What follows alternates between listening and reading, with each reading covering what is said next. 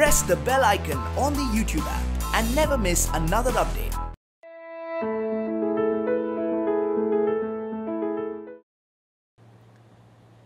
तर मित्रहो, बरोबर समजूत आहे ज्याचा मेंदू शाबूत आहे, मेंदू इंटॅक्ट आहे, मेंदूला काही इजा नाही झालेली, असा प्रत्येक माणूस बुद्धिमान आहेच.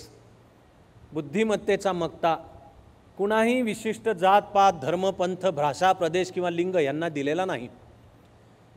माझा जर मेंदू इंटॅक्ट आहे, मेंदूला इजा नाही झालेली किंवा काहीतरी आबाळ नाही झाली किंवा अनेक आहेत त्याच्यात गुंतागुंतीचे प्रॉब्लेम, म्हणजे स्लो लर्नर्स किंवा मेंटली रिटार्डेड, हे दुःखद आहे, हार्ट रेंडिंग, कमालीचं दुःखद आहे, पिळवटून टाकणार आहे, असे जर कोणी असले त्यांची गोष्ट वेगळी.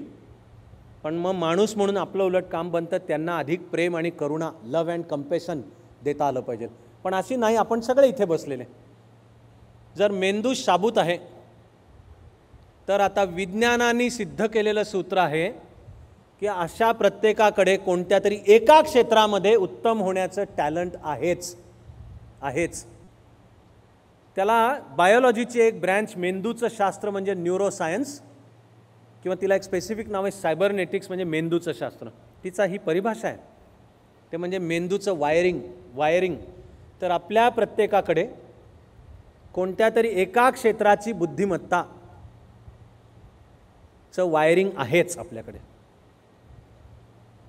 आपल्या मेंदूचा प्रोग्राम जसा कम्प्युटरचा असतो, तर विज्ञानाने हे सिद्ध केलेलं सूत्र आहे की आपल्या प्रत्येकाकडे कुठल्या तरी किमान एका क्षेत्रात, एकाहून जास्ती कदाचित नसेल, माणसं अशी निघतील की त्यांना एका क्षेत्रातलं उत्तम कळतं पण तितकेच दुसऱ्या क्षेत्रामध्ये मग ते डफड आहेत, कारण हे नॉर्मल आहे आणि हे ओके आहे. प्रत्येक व्यक्तीला एकाहून जास्ती क्षेत्रांमधलं कळेल, त्यातलं टॅलेंट असं अपेक्षित धरणंच चुकीचं आहे. पण आपल्यापैकी प्रत्येकाकडे कोणत्या तरी एका क्षेत्राचं वायरिंग घेऊनच आहोतच आपल्याकडे आहे, जन्माला आलेलं ते प्रोग्रॅमिंगच आहे. तेव्हा प्रत्येकजण बुद्धिमान आहेच, पण प्रत्येकाची बुद्धी वेगवेगळ्या क्षेत्रात चालते. करिअर घडवणे आणि व्यक्तिमत्व विकसित करण्याचा अर्थ आहे आपली बुद्धी कोणत्या क्षेत्रात चालते ते शोधलं पाहिजे आणि मग त्या क्षेत्रात करिअर केलं पाहिजे. आपली बुद्धी कोणत्या क्षेत्रात चालते ते ओळखणे, याला तो माझा एकट्याचा नाही, मी वेगळा कोणी नाही, मला कळलेल्या भारतीय विचाराचा, तो जगातल्या अनेक तत्त्वज्ञांनी पुन्हा पुन्हा मांडला आहे. आता तर तो जगाच्या शिक्षण पद्धतीने मान्य केलेला आहे असा शब्द की माझी बुद्धी कोणत्या क्षेत्रात चालते, याला छान आणि सगळ्यात उत्तम शब्द, तो आजच्या संध्याकाळचा मित्र सगळ्यात महत्त्वाचा मुद्दा आहे, सूत्र आहे, तो फार छान शब्द म्हणजे स्वची ओळख, नॉलेज ऑफ द सेल्फ. अरे तू स्वतःला ओळख, अगं तू स्वतःला ओळख. तुझ्या जीवनाची इमारत तुला काय येतं ह्यावर उभी कर. तुझ्या जीवनाची इमारत तुला काय येत नाही यावर उभी करण्याच्या फंदातच पडू नकोस. तुझ्या जीवनाची इमारत तुला काय येत नाही, पण कदाचित पालक, नातेवाईक, सरकार, समाज सांगतो की अमुक येत असलं तरच तू बुद्धिमान आहेस, पण अरे मला ते येत नाही. मग त्याचे परिणाम दुःख तरी किंवा संताप तरी, करेक्ट शब्द वापरायचा तर इन्फिरियॉरिटी कॉम्प्लेक्स तरी, न्यूनगंड किंवा अँगर, संताप, आणि त्याने असं व्यक्तिमत्व सगळं अँग्री, चिडलेलं कायम, हा बघा होता हाय स्ट्रंग, इंग्लिश शब्द आहे हाय स्ट्रंग, हा असा कायम, हा मुलगा मुलगी कायम चिडल्यासारखाच. कशासाठी रे? पण त्याला मनात कुठेतरी कळत असतं, सबकॉन्शियस लेवलला सुद्धा, की तुम्ही मला ज्या मापाने मोजता आहात त्या निकषावर कदाचित मी बुद्धिमान आणि टॅलेंटेड आणि मी नापास असेल किंवा मार्क कमी असतील किंवा मला मेडिकल इंजिनिअरिंगला मिळालेलं नसेल, पण माझ्यातही काही गुण आहेत, पण त्याचं तुमच्यापाशी मोल नाही. त्याचा राग असतो त्याचा सगळा अशाचा, सगळा सतत हाणून सगळे कपाळावर शिक्का नापास करण्याने, तर व्यक्तिमत्वावर परिणाम हे दोन. पण तुला काय येत नाही ह्याच्यावर तू उभी करायला फंदातच पडू नकोस. बरं तुला काय येत नाही, पण मी म्हणालो तसं कुठेतरी आईवडील, पालक, अन्य नातेवाईक, समाज, सरकार कुठेतरी म्हणतंय की ते तेवढं येत असलं तरच तू बुद्धिमान आहेस. म्हणजेच जीवनाची इमारत तुला काय येत नाही पण दुसऱ्याला येते, त्यावर उभी करायच्या फंदात पडू नकोस. ते दुसऱ्याला येतं त्याला त्याच्या जीवनाची इमारत त्याच्यावर उभी करू द्यात. तुला काय येतं पण ते आलं पाहिजे, पण अरेच्या ते मला येत नाही तर माझ्या व्यक्तिमत्वाचे परिणाम, मी म्हणालो तसं इन्फिरियॉरिटी कॉम्प्लेक्स, न्यूनगंड किंवा सगळा संताप म्हणजे अँग्री व्यक्तिमत्व, सगळं असं कायम चिडलेलं, त्यामुळे उद्ध्वस्त होणारं व्यक्तिमत्व. गरज नाही आहे कशाची, गरज आहे बायोलॉजी समजतं आणि आवडतं त्यांनी जरूर मेडिकलला जावं. आपण त्याला शेकहँड करून शुभेच्छा द्याव्यात. आपण आपल्याला काय समजतं आणि आवडतं ते शोधावं. तुझ्या आत डोकावून पहा.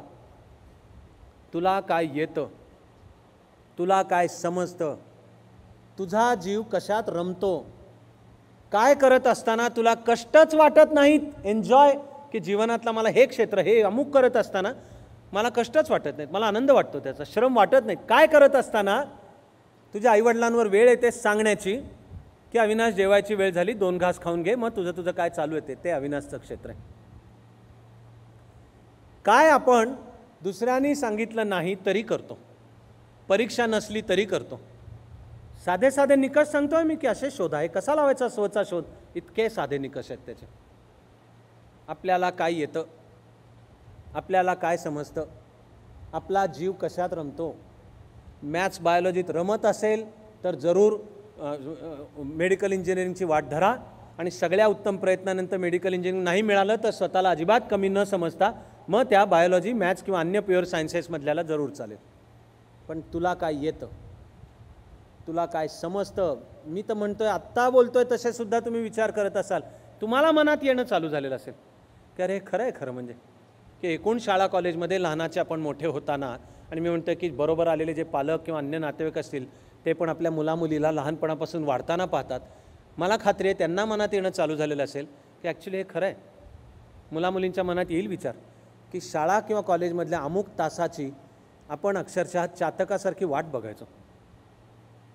केव्हा एकदा ते शिक्षक येतात. अनेकदा वाढत्या वयात असेल की आधी ते शिक्षक आवडत होते म्हणून असेल, पण म्हणून त्या निमित्ताने त्या विषयाची पण गोडी तयार होते. किंवा तुम्ही विचार केलात तर तुमच्या लक्षात येईल की समोर येणाऱ्या विविध विषयांपैकी असा एक किंवा असे कोणते विषय आहेत की जेमुळे मला असे समजत जातातच, नॅचरली समजत जातात. त्याला मला फार कष्ट नाही करावं लागत, डोकं आपटावं नाही लागत. हे खरंच आहे की ज्यांना मॅथ्स आवडतं आणि एक्साईट होतात त्यांना असे समोर इक्वेशन्स आले त्यांना असा उत्साह येतो, त्यांना समजणं चालू होतं. काही गुंतागुंतीचं काही जरी असं मांडलेलं असेल सट मग ते त्यांचं क्षेत्र आहे. आपण प्रत्येकाने विचार करायचा, मग असं आपलं क्षेत्र कोणतं आहे, कोणता विषय आपल्याला एक्साईट करतो. खरंच विचार करायचा आहे की मारून मुटकून कोणती तरी परीक्षा आहे म्हणून केलेला अभ्यास गोष्ट वेगळी आहे, पण अशी कोणतीही परीक्षा नसली, कोणी तुमचे टक्के मोजणार नाही, पण मला हे आवडतंच आहे इतकं की ते मी करतोय, तर सगळ्यात जवळचं नातं निघेल की ते जे तुम्ही तुमच्या आवडीने जे करतात त्याच्याशी तुमच्या करिअरचा संबंध आहे, ते निवडा. सगळ्याचा मिळून एक समान शब्द आहे कल. व्यक्तिमत्वाचा कल, ॲप्टिट्यूड, व्यक्तिमत्वाचा कल, बाकी सब झूठ. खरोखर अनेकदा मला मुलं मुली किंवा पालक प्रश्न विचारतात, अमुक करिअरला स्कोप आहे का. माझं उत्तर असतं हो पण आणि नाही पण.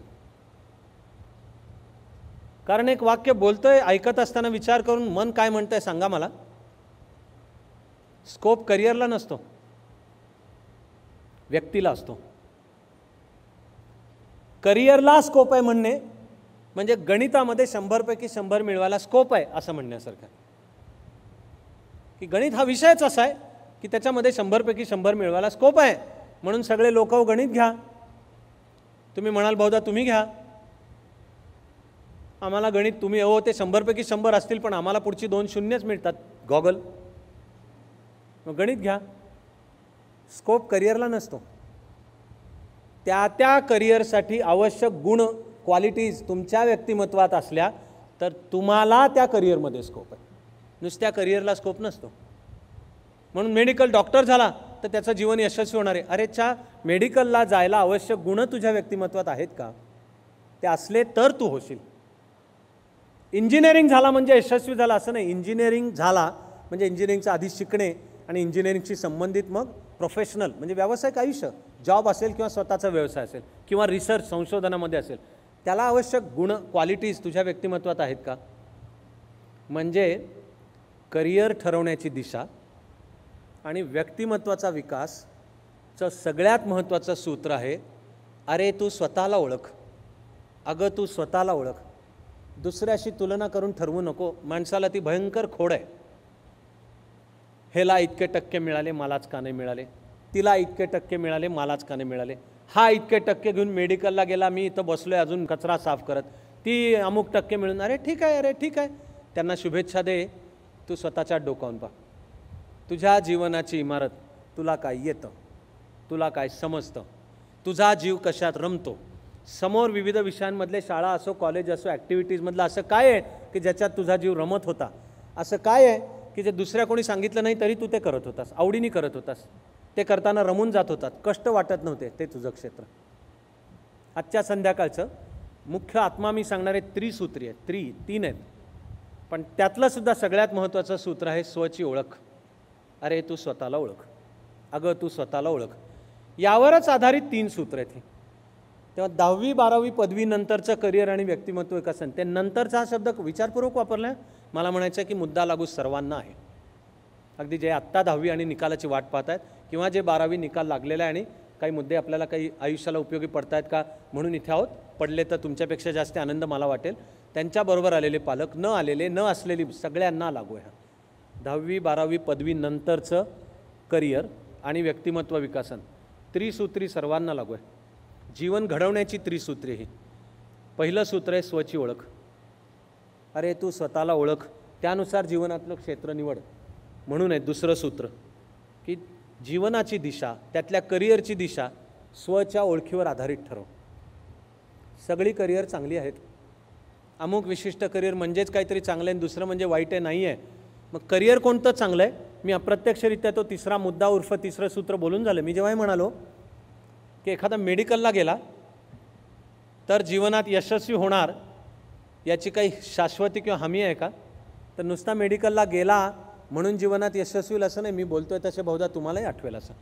हा माझा मराठी रंगभूमीवर एकपात्री प्रयोग करणारा मित्रच स्वतः डॉक्टर आहे.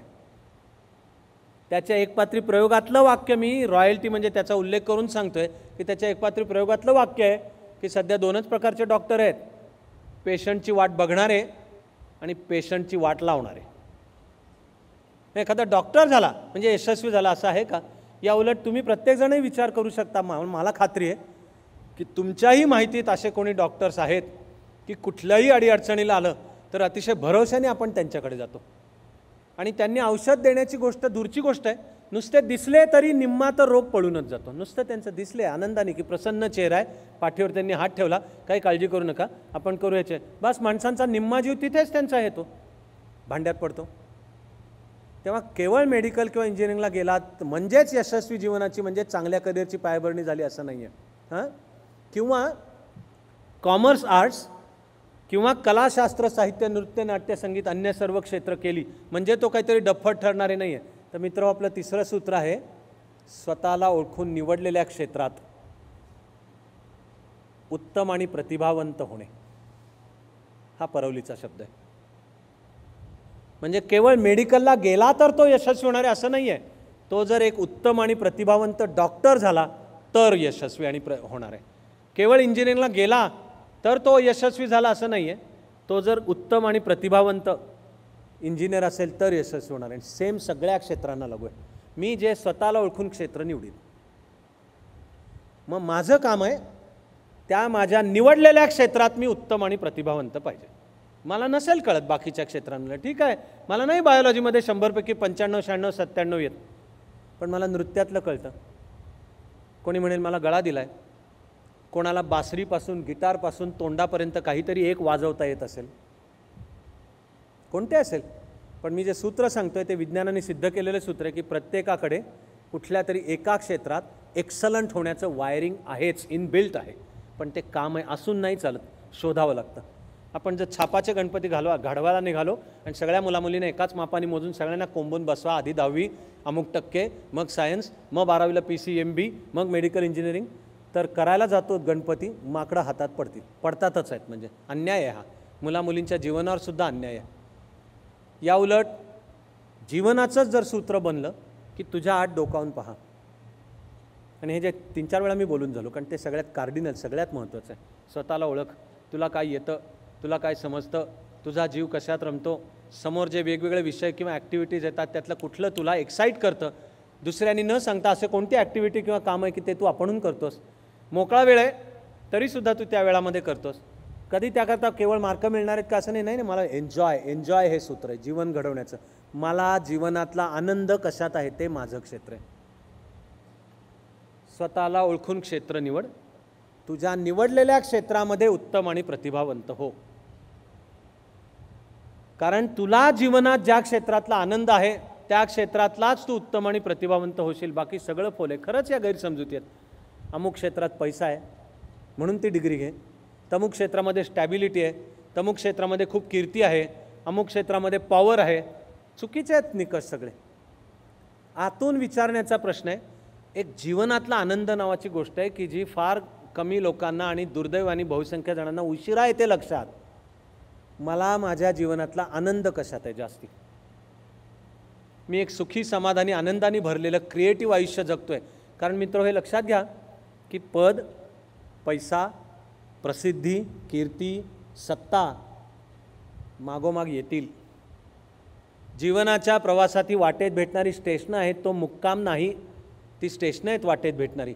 आनंदी जीवन हा प्रवास आहे आणि मी एक आनंदी जीवन जगतो. या वाटेवर मला मिळालं यश, मग कीर्ती मिळाली, पैसा पण मिळाला, लोकांचा आदर पण मिळाला, पुढे काय मिळायचं ते ज्यांना मिळायची त्यांची सत्ता. पण हा चुकीचा विचार आहे की करिअरचा विचार करताना, व्यक्तिमत्वाचा विचार करताना पैसाच कशात आहे, नाही ह्याच्या स्टॅबिलिटी आहे, आधी हे एवढं शिक, पोटापाण्याचं कमवा लाग म्हणजे स्टेबल होशील, पुढे यथावकाश लग्न कर.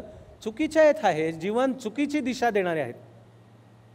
स्वची ओळख, त्यानुसार क्षेत्राची निवड आणि खरा चॅलेंज आहे मग की त्या निवडलेल्या क्षेत्रामध्ये उत्तम आणि प्रतिभावंत होणे. थर्ड रेट लोकांना नाही जीवन यशस्वी जगता येणार. मग ते कुठल्याही क्षेत्रातले, हे आपलं खूप वेळा बोलून झालं आता. पण माझ्या निवडलेल्या क्षेत्रात am I excellent, am I creative? This is $1 billion question. स्वतःला विचारण्याची गोष्ट. ह्या क्षेत्रामध्ये उच्च नीचता नाही.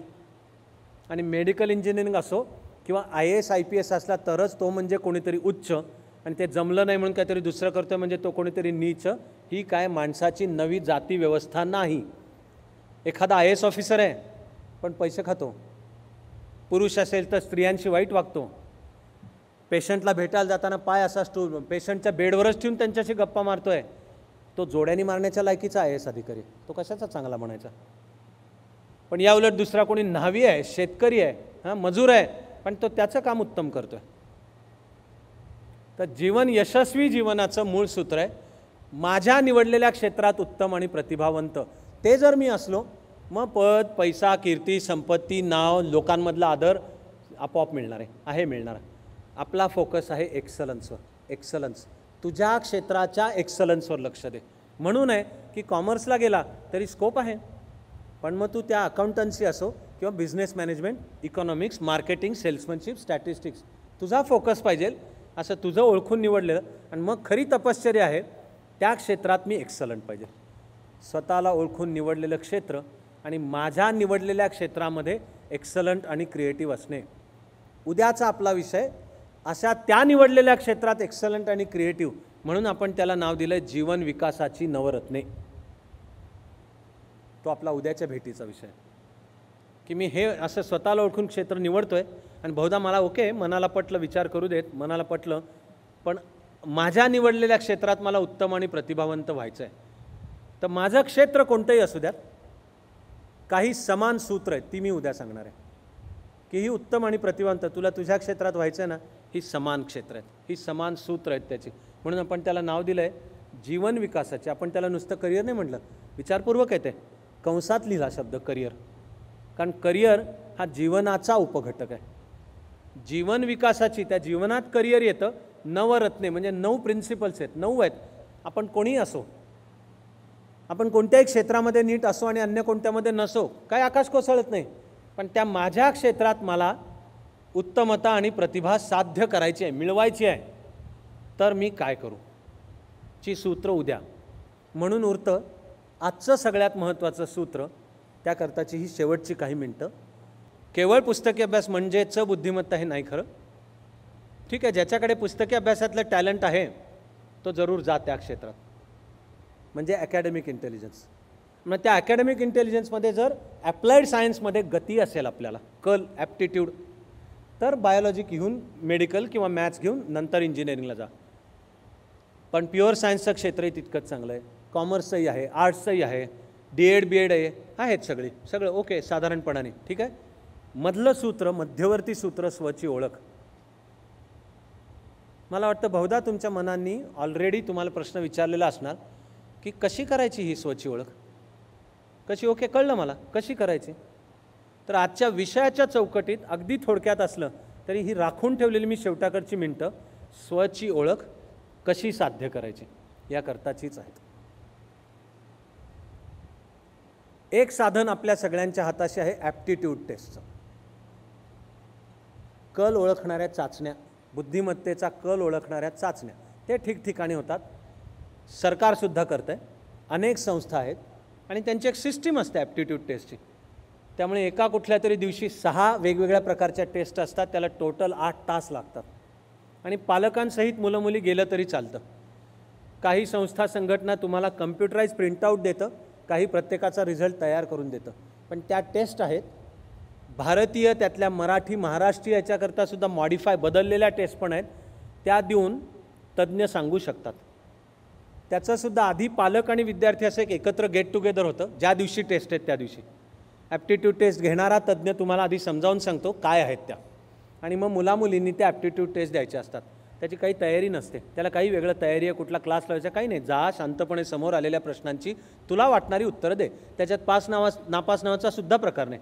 त्या मानसशास्त्रीय चाचण्या आहेत आणि त्याच्या आधारे कल सांगता येतो की कोणाकडे व्हर्बल कपॅसिटी आहे, शब्दांची. ओके, कोणाकडे रिटन म्हणजे शब्दांचीच पण ते लेखीची आहे. कोणाकडे न्यूमरिकल ॲबिलिटी आहे म्हणजे आकड्यांचे खेळ वेगवेगळे. तर कोणाकडे स्पेशियल म्हणजे स्पेस म्हणजे आकार वेगवेगळे, म्हणजे रेघावाद म्हणजे त्याला कदाचित जॉमेट्री नीट येत असेल. असे वेगवेगळे प्रकार आहेत, अशा डायमेन्शन्स आहेत, त्याचे स्टडीज आहेत. एक साधन आपल्या हाताशी ॲप्टिट्यूड टेस्ट आहे. दुसरं अत्यंत मोलाचं मार्गदर्शन चांगल्या शिक्षकांकडून मिळतं. कारण चांगला शिक्षक नुसता विषय नसतो शिकवत. चांगला शिक्षक त्या विषयाच्या द्वारा जो मुलांशी संपर्कात असतो त्यांनी त्या मुलामुलीला आपल्या शाळा किंवा कॉलेजमध्ये वावरताना, तासाला वावरताना, बोलताना, कधी त्या मुलामुलीने एखादा प्रश्न विचारलेला असेल, कधी तुम्ही तासाला विचारलेल्या प्रश्नाचं ते उत्तर देत असतील, कधी तो मुलगा मुलगी तुम्हाला काहीतरी कारणाने अडचण आहे किंवा अमुक आहे म्हणून भेटला असेल, कधी दुःखी असेल, कधी काहीतरी त्यांनी अचिव्हमेंट केली, तो आनंदाने सांगायला सर मी किंवा मॅडम सर किंवा मॅडम मी अमुक केलं. पण जो शिक्षकाचा, चांगल्या शिक्षकाचं काम आहे तो नुसता विषय नसतो शिकवत. चांगला शिक्षक त्या मुलामुलीला ओळखायला त्याला मदत करतो.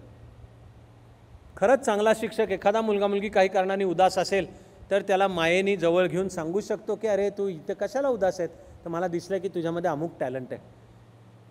शिक्षकाचं काम आहे, चांगला शिक्षक सांगू शकतो. आणखीन सगळ्यात महत्त्वाचं माझं तर म्हणणं आहे, पहिलं साधन आईवडील आहेत. आईवडिलांच्या पण आपल्या मुलामुलींकडनं अपेक्षा असणं अगदी साहजिक आहे. पण आईवडिलांनी आपल्या मुलामुलींकडनं अपेक्षा व्यक्त करताना पाहणं आवश्यक आहे की ज्या अपेक्षा मी बाळगतोय त्या पूर्ण करण्याचे गुण माझ्या मुलामुलीत आहेत का, क्वालिटीज, स्वभावाचे गुणवैशिष्ट्य. नाहीतर ते चुकीचे दबाव आहेत मग, आणि त्यामुळे मुलामुलींची व्यक्तिमत्व अशी कोळपून जातात, विजून जातात, राख होऊन जाते त्यांची. या उलट मी हेही म्हणतोय की माझ्या आईवडिलांच्या अपेक्षा मी पूर्ण करीन असं ज्या मुलामुलीला वाटतं तो भाग्यवान आहे मुलगा मुलगी.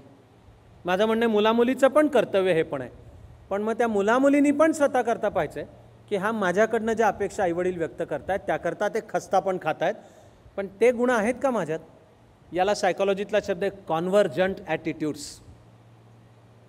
म्हणजे आईवडिलांचा ॲटिट्यूड की मी माझ्या मुलामुलीला सांगताना जीवनात, आयुष्यात, करिअरमध्ये तू काय कर, तर मी त्याला जे लहानपणापासून वाढताना पाहिलं आहे, हसताना पाहिलं आहे, खेळताना पाहिलं आहे, रडताना पाहिलं आहे, खुश होताना पाहिलं आहे, अनेक गोष्टी करताना पाहिलं आहे. तर आईवडील सांगू शकतात की मी त्याला काय चांगलं येतं हे मी पाहिलं आहे. तुझा जीव कशात रमतो, तुला काय येतं, तू कोणत्या गोष्टीची चातकासारखी वाट पाहतोस, कोणता तास किंवा ॲक्टिव्हिटी असली, मग आईवडील सांगू शकतात. हे खरं आहे खरोखर. जर चुकीच्या अपेक्षा किंवा करिअरच्याही चुकीच्या समजुती यांचं ओझं जर लादलेलं नसेल तर खरंच घरात मित्रांसारखे बसून आईवडील आणि मुलं मुली पण चर्चा करू शकतात की तुम्हाला कशात दिसलेलं आहे. आणि आईवडील सांगू शकतात की मला वाटतं तुला ह्याच्यामध्ये चांगलं येतं. आईवडील असतात आपले चांगले मार्गदर्शक. आणखीन एक साधन समवयीन मित्रमैत्रिणी मंडळीसुद्धा आहेत. अनेकदा आपण समवयीन, त्याला पुन्हा सायकोलॉजीतला शब्द पियर ग्रुप, पियर म्हणजे समवयीन, पियर ग्रुप. आपल्या आयुष्यातले अनेक निर्णय आपण काय विचार करतो त्यांनी ठरण्यापेक्षा हे आपलं समवयीन सर्कल आहे, मैत्रिणी मंडळींचं, ते सगळे मिळून लॉला जात आहेत, मग मी पण लॉला जातो. मग ह्याला मेंढरू वृत्ती नाव आहे खरं म्हणजे, ही नाही आहे स्वतंत्र वृत्ती. पण चांगलं जर सर्कल असेल मित्रमैत्रिणींचं तर ते असे एकमेकाचे आधार होत, एकमेकाला बळ देत सांगू शकतात की मला वावरताना तुझ्यात हा असा असा गुण दिसला. हेही साधन आहे. त्याच्या आणखी एक पुढचं फार मोलाचं साधन आहे जीवनात आलेले अनुभव. कारण माणूस त्या अनुभवातनं पण शहाणा होतो. जे काही 10वी असो 12वी असो पदवी असो जे जीवन जगलात, आपण जर इंट्रोस्पेक्शन म्हणजे अंतर्मुख होऊन चिंतन केलं, अनुभव आपल्याला जे शिकून जातात त्याच्यात येऊ शकतं लक्षात की ते अनुभव मला हे सांगतो की माझं कामाचं क्षेत्र असं असं असलं पाहिजे. शिवाय डायरी लिहिण्याचा उपयोग असतो. एवढंच आहे की आज डायरी लिहिली आणि उद्या मला माझी स्वची ओळख झाली, ऐसा नाही होत आहे. आणि अशी अनेक साधनं, म्हणूनच उद्याची 9 सूत्र आहेत की स्वची ओळखसुद्धा कशी साधू आणि अशी साधल्यावर जे क्षेत्र निवडीन त्याच्यात मी उत्तम आणि प्रतिभावंत कसा हो, सगळ्याची सूत्र उद्या येणार. म्हणून त्याचं नाव जीवन विकासाची नवरत्ने. आज लक्षात घेण्याची आता गोष्ट, स्वची ओळख ही एक प्रोसेस आहे, घटना नाही. Knowledge of the self is a process, not an event. ही अशी एका दिवशी घडली आणि आता मला माझी ओळख पटली बरं का, चुकीची समजूत आहे.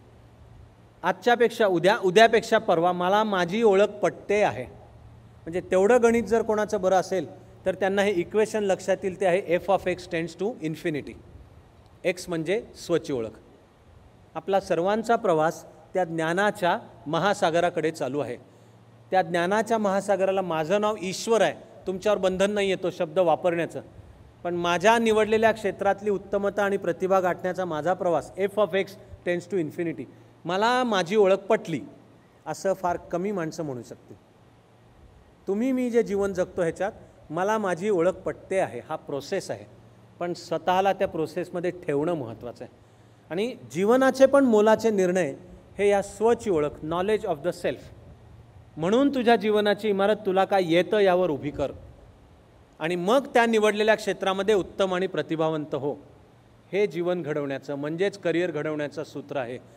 ते जर करायचं असेल तर मी एका गोष्टीने सुरुवात केली, किस्सा उर्फ जोक, तसाच एका गोष्टीने शेवट पण करतो. एक माझाच हिरो, अनेकातला एक आयडॉल अल्बर्ट आइन्स्टाईन आहे. पण आइन्स्टाईन जर्मनीमध्ये लहानाचा मोठा होताना मुलगा समजला गेला होता. त्याचे आईवडील लहानपणी गेले लवकर, बहिणीने सांभाळलं. शाळेमधून दरवर्षी कंप्लेंट असायची अल्बर्टबद्दल की हा मुलगा निर्बुद्ध आहे, वर्गात काय चाललंय त्याला काही समजतच नाही. त्याच्या वर्गात असण्यामुळे बाकीच्यांना त्रास होतो, कारण शिक्षकांना पुढे सरकता नाहीत, कारण ह्याला काही समजतच नाही. बरं कशावरनं नाही समजत, त्याला कधी प्रश्न विचारा तो उत्तरच देत नाही. त्याचं घुम्या, शाय, गप्प, बहुधा अंतर्मुख म्हणजे इंट्रोवर्टेड पर्सनॅलिटी. काही इंट्रोवर्ट असतात, काही एक्स्ट्रोवर्ट असतात. तर हा मुलगा ह्याला त्यामुळे समजला गेला. दरवर्षी शाळेतनं तक्रार असायची की ह्याला काढूनच घ्या आमच्या शाळेतनं. आणि काहीतरी बहीण, आपला भाऊ तो धाकटा होता, ही मोठी बहीण सांभाळत होती, कष्ट करून सांभाळत होती. तिला घर आणि आपला धाकटा भाऊ सांभाळायचा, जॉब पण करते, कमी वयात जबाबदारी पडलेली, अडचणीमध्ये असलेली, खूप त्रास सोसत असलेली, काहीतरी दुर्लक्ष करायची, बरं ठीक आहे, बरं ह्याला येईल, असे सगळे करत करत. पण एका वर्षी तर वेळ आली की शाळेने सांगितलंच की आता आम्ही याला घेणारच नाही आहोत. कंप्लेंट काय, हा कायम वर्गात गप्प बसतो. इतका गप्प बसतो की याला विषय समजतो का नाही हे पण समजत नाही, आणि याला प्रश्न विचारला तर हा कधी जन्मात उत्तर देत नाही. मग मात्र बहीण खवळली आणि एका दिवशी घरी तिने आइन्स्टाईनची गचांडी पकडली आणि चिडून म्हणली की काय, what is this nonsense Albert, आणि तुझ्याबद्दल दरवर्षी तक्रार, तू विचारलेल्या प्रश्नाचं उत्तरच देत नाही, काय भानगड आहे. आता मात्र ह्या धाकटा भाऊ असलेल्या अल्बर्टला कळलं की आपल्याला उत्तर न देऊन आता नाही चालणार आहे, कारण हा काय शाळेतला वर्ग नाही आहे, हे मोठ्या बहिणीने सांभाळ करणाऱ्या बहिणीने धरला आहे, आपल्याला दिलं पाहिजे उत्तर. आणि बहीण चिडून म्हणते तू का देत नाही वर्गात प्रश्नाचं उत्तर. आइन्स्टाईन म्हणाला प्रश्न जेवढे बावळटपणाचे असतात की त्यावर काय बोलायचं, म्हणून मी गप्प बसतो. तो पुढे जाऊन त्या आइन्स्टाईनला जर्मनीतल्या फिजिक्सच्या कॉलेजमध्ये प्रवेश नाकारण्यात आलेला होता. आइन्स्टाईनला फिजिक्सच्या कॉलेजमध्ये प्रवेश नाकारलेला होता. जसं लता मंगेशकरांना आकाशवाणी केंद्राने ऑडिशन टेस्टमध्ये नापास ठरवलं होतं, जसं अमिताभ बच्चनला करिअरची पहिली अनेक वर्ष हातातली असलेली त्या काळातले 20,000 म्हणजे आत्ताच्या महिना 20 लाख निघतील असा पगार सोडून अमिताभ मुंबईत आला. उंच, टांगाळ्या, लंबूटांग, कोण विचारणार, दारात उभं करत नव्हतं. अमिताभला अभिनयात नापास केलं होतं अनेक स्टुडिओजनी. आणि आईन्स्टाईन जसा 20व्या शतकातला सर्वश्रेष्ठ शास्त्रज्ञ आहे प्युअर सायन्समधला, तसा 20व्या शतकातला सर्वश्रेष्ठ शास्त्रज्ञ ॲप्लाइड सायन्समधला आहे थॉमस अल्वा एडिसन, अमेरिकन. एडिसनला सुद्धा शाळेमध्ये मेंटली रिटार्डेड समजलं गेलं होतं. एडिसनवर तर वेळ शाळेने त्याला काढून टाकलं होतं की याला बाकीच्या मुलांबरोबर बसवल्यामुळे बाकीच्या मुलांना त्रास होतो, ह्याला शाळेतनंच काढून टाकलं होतं. सेम स्थिती. त्या आईन्स्टाईननी पुढे कॉलेजात प्रवेश नाही म्हणून त्यांनी कारकुनाची नोकरी धरली होती पलीकडे स्वित्झर्लंड. आईन्स्टाईन मूळ जन्माने जर्मन ज्यू आहे, तर त्यांनी पलीकडचा म्हणजे स्वित्झर्लंड मधल्या बर्न या गावी पेटंट खात्यामध्ये आईन्स्टाईन कारकून होता. पण कारकून म्हणून काम करताना वयाच्या 26 वर्षी डोक्यातले सगळे विचार वस्तुमान आणि ऊर्जेचं एकमेकाशी नातं, गुरुत्वाकर्षणाचं नेमकं स्वरूप काय आहे, हे जे कर्व्हेचर ऑफ स्पेस, न्यूटननी सांगितलेला गुरुत्वाकर्षणाचा सिद्धांत वेगळा आहे, त्याला इन्व्हर्स स्क्वेअर लॉ हे नाव आहे. आईन्स्टाईनच्या वयाच्या 26व्या वर्षी डोक्यात चालू होतं की नाही स्पेस टाईम एकच आहे. त्या स्पेस टाईमचं फॅब्रिक असं पसरलेलं, त्यामध्ये मॅटरचं ओझं मध्ये पडलं की स्पेस टाईमला जो कर्व्स तयार होतात तो म्हणजे ग्रॅव्हिटेशनल फोर्स. आता विज्ञानाने सिद्ध केलं चालू वर्षी सुपर ग्रॅव्हिटी किंवा ग्रॅव्हिटेशनल वेव्स 112 वर्षांनी सिद्ध केलं. पण वयाच्या 26 वर्षी ते चिंतन करताना आईन्स्टाईनने 1905 मध्ये एका वर्षी फोटोव्होल्टेक इफेक्ट, ब्राउनियन मोशन आणि पहिल्यांदा स्पेशल थिअरी ऑफ रिलेटिव्हिटी, त्याच्या 10 वर्षांनंतर जनरल थिअरी ऑफ रिलेटिव्हिटी मांडली. असा महान आईन्स्टाईन, तो जेवढा महान शास्त्रज्ञ तेवढाच महान माणूस पण होता. त्याच्यावर जर्मनीमध्ये हिटलर सत्तेत आल्यावर जर्मनीतून पळून जायची वेळ आली जीवानिशी. तो अमेरिकेत गेला. अमेरिकेने त्याला सांभाळलं, आदर दिला. त्यांनीच अमेरिकेच्या राष्ट्राध्यक्षाला सूचना केली की केवळ फिजिक्स विषयाला वाहिलेलं विद्यापीठ स्थापन करा. त्यावेळचा अमेरिकेचा राष्ट्राध्यक्ष FDR फ्रँकलिन डी रूझवेल्टनी आईन्स्टाईनचं हे ऐकून प्रिन्स्टन युनिव्हर्सिटीमध्ये फिजिक्सचं विशेष हे चालू केलं. तर आयुष्याच्या उताराकडे, आणि आता हे 1950 किंवा 51चं वर्ष आहे, आईन्स्टाईनचं वय झालेलं होतं. एक दिवशी आईन्स्टाईन प्रिन्स्टन विद्यापीठातले त्याचे तास घेऊन विद्यापीठाच्या मुख्य दरवाजासमोर बसस्टॉप आहे तिथे उभा होता. मला जाता आलेले, माझे होतात प्रवास, मला जाता आले, तर मी प्रिन्स्टन विद्यापीठाचं दर्शन, तीर्थक्षेत्राचं दर्शन घ्यावं तसं पण घेतलं आहे. आणि ते जे दार आणि त्याच्यात असलेला बसस्टॉप, आणि या बसस्टॉपवर एकेकाळी अल्बर्ट आईन्स्टाईन उभा होता, तर त्याचा मी फोटो पण घेतला, व्हिडिओ शूटिंग पण केलं आहे. त्यावेळी फेसबुकवर पण मी पोस्ट केलं, कारण ते तीर्थक्षेत्र आहे. एक दिवशी हा आईन्स्टाईन विद्यापीठातले तास संपवून बसस्टॉपवर उभा होता. त्याच्या शेजारी एक तरुण मुलगा येऊन उभा राहिला. तो टिपिकल अमेरिकन गोरा, व्हाईट पण उंच, तगडा, असे मेगा स्लीव्ज असलेला शर्ट होता. कळत होतं की व्यायाम करून कचकावून शरीर कमावलेलं पण आहे. आणि हातामध्ये असा पुस्तकांचा ढिगारा होता. पण आईन्स्टाईन बसस्टॉपवर उभा, आपण असलो बसस्टॉपवर तर आपण इकडे इकडे बघतोच ना. मी बसस्टॉपला नावच दिलं आहे की बसस्टॉप हे सर्व वधूवर सूचक मंडळांची ब्रँच आहे. सहज त्या बसस्टॉपवर दुसरा उभा असेल, नाही म्हणलं तरी जातच ना लक्ष. तसं असं आईन्स्टाईनचं लक्ष गेलं. त्याने हा मुलगा पाहिला, तरुण, तगडा, उमदा, पण हातामध्ये असा पुस्तकांचा ढिगारा. आईन्स्टाईनने वळवून पाहिलं, सगळी पुस्तकं फिजिक्सची होती. म्हणून आईन्स्टाईनने त्या मुलाला विचारलं, young man, who are you? त्यांनी छाती काढून उत्तर दिलं, I am a doctor of physics. आणि मग तो आईन्स्टाईनला म्हणाला, old man, may I ask you who are you? कारण अल्बर्ट आईन्स्टाईन जगाला माहिती होता, पण हा शेजारी उभा आहे हा अल्बर्ट, हा कुठं माहिती होता? टीव्हीचा जमाना नुकताच चालू झाला होता. आईन्स्टाईन जगाचा हिरो होता, रॉक स्टार होता, पण माहिती नाही हा शेजारी उभा आहे. हा चेहऱ्याने ओळखत नाहीत. बरं, त्यातून आईन्स्टाईन अत्यंत वरकरणी बावळट राहणारा माणूस होता, जरासुद्धा नीट राहायचा नाही. आईन्स्टाईनच्या कपड्याला कधीही इस्त्री नसायची, असे चुरगाळलेले कपडे. विद्यापीठात जायची वेळ आली की मिळेल ती पॅन्ट चढवायची, मिळेल तो शर्ट, वरचं बटन खाली, खालचं वर, असं सुद्धा अनेकदा. आईन्स्टाईन युनिव्हर्सिटीत जाताना अनेकदा 2 पायात 2 वेगळ्या रंगाचे शूज घालून जायचा. आणि त्यांनी असे केस वाढवलेले होते भारतीय ऋषीसारखे. पण बहुधा लहानपणी त्याला बहिणीने दम दिला होता की केसाला कंगवा लागला तर कलम 144 लागू करून अटकेत टाकीन तुला. हा भांगच पाडायचा नाही.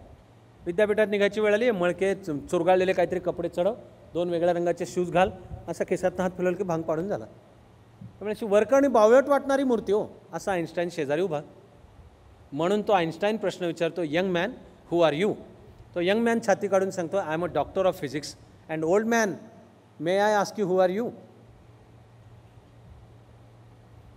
आईन्स्टाईनने उत्तर दिलं आहे, I am a student of physics. आयुष्याच्या आपल्या निवडलेल्या क्षेत्रात जो आयुष्यभर विद्यार्थी राहू शकतो, त्याची आयुष्यभर वाटचाल उत्तम आणि प्रतिभावंत होण्याकडे चालू राहते. ती समजावून घ्यायला